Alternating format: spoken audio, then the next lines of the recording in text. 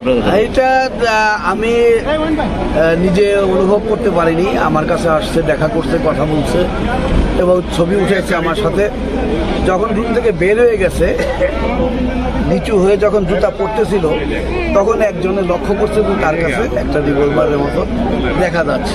জামালপুরের ইসলামপুরের জেলা পরিষদ ডাক বাংলায় ধর্মমন্ত্রী ফরিদুল হক খান এমপির অবস্থানের সময় পিস্তল সাদৃশ্য গ্যাস লাইটার সহ 2 যুবককে আটক করা হয়েছে।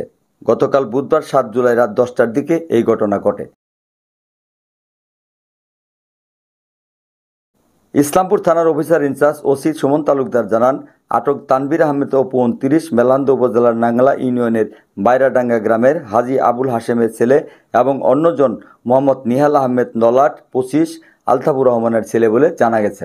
ওসি সুমন তালুকদার আরও বলেন, আটক ওই 2 যুবক ডাক বাংলায় ধর্মমন্ত্রী মহোদয়ের সাথে কথা বলে চলে যাওয়ার সময় জুতা পড়তেছিল।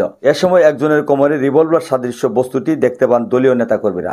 পরে তাদের আটক করে পুলিশে সুপর্দ করে। তিনি আরও বলেন, এ ব্যাপারে এখনও আইনগত কোনো পদক্ষেপ নেওয়া হয়নি। জিজ্ঞাসাবাদের পর তাদের বিরুদ্ধে আইনগত ব্যবস্থা নেওয়া হবে। গতকাল রাত 10টার দিকে জেলা পরিষদ ডাক বাংলো, যেখানে আমাদের মাননীয় ধর্মমন্ত্রী মহোদয় অবস্থান করেন, সেখানে বিভিন্ন সাক্ষাৎ প্রার্থী স্যারের সঙ্গে সাক্ষাৎ করতেছিলেন। করে এই ভিআইপি রুমের দরজার সামনে 2জন ছেলে, তারা যখন জুতা পড়তেছিল, তখন এইখানে অন্যান্য যারা দর্শনার্থী আছে তারা দেখতে পায় যে তাদের কোমরের ভিতরে একটা রিভলভার সদৃশ বস্তু। তখন তারা তাৎক্ষণিকভাবে তাকে আটক করে। আমাদের টিমও কাছেই ছিলাম, আমরা ডাকবাংলোবাসী ছিলাম। তাৎক্ষণিকভাবে আমরা ওই জায়গায় উপস্থিত হই এবং তাদের কাছ থেকে যারা আটক করেছিল, আমরা একটা রিভলভার সদৃশ একটা বস্তু দেখতে পাই, যা আমরা প্রাথমিকভাবে দেখে ফেলছি যে এটি একটি গ্যাস লাইটার। তখন আমরা 2জনকে আমাদের হেফাজতে নিয়ে যাই, তাদেরকে জিজ্ঞাসাবাদ করি।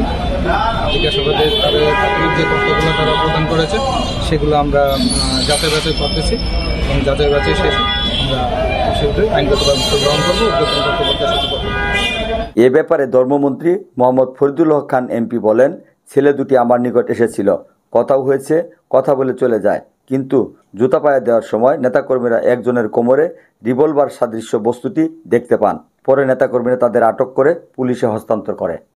এটা আমি নিজে অনুভব করতে পারিনি। আমার কাছে আসছে, দেখা করছে, কথা বলছে এবং ছবি উঠেছে আমার সাথে।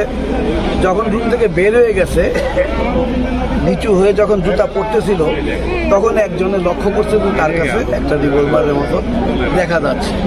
তখন 2জন ছিল, তারা 2জনকেই জড়ায় ধরতে আমাদের লোকজন জড়ায় ধরে তারপরে থানায় খবর দিচ্ছে। থানায় এসে তাদেরকে নিয়ে গেছে। এই পদ্ধতিটা নিয়ে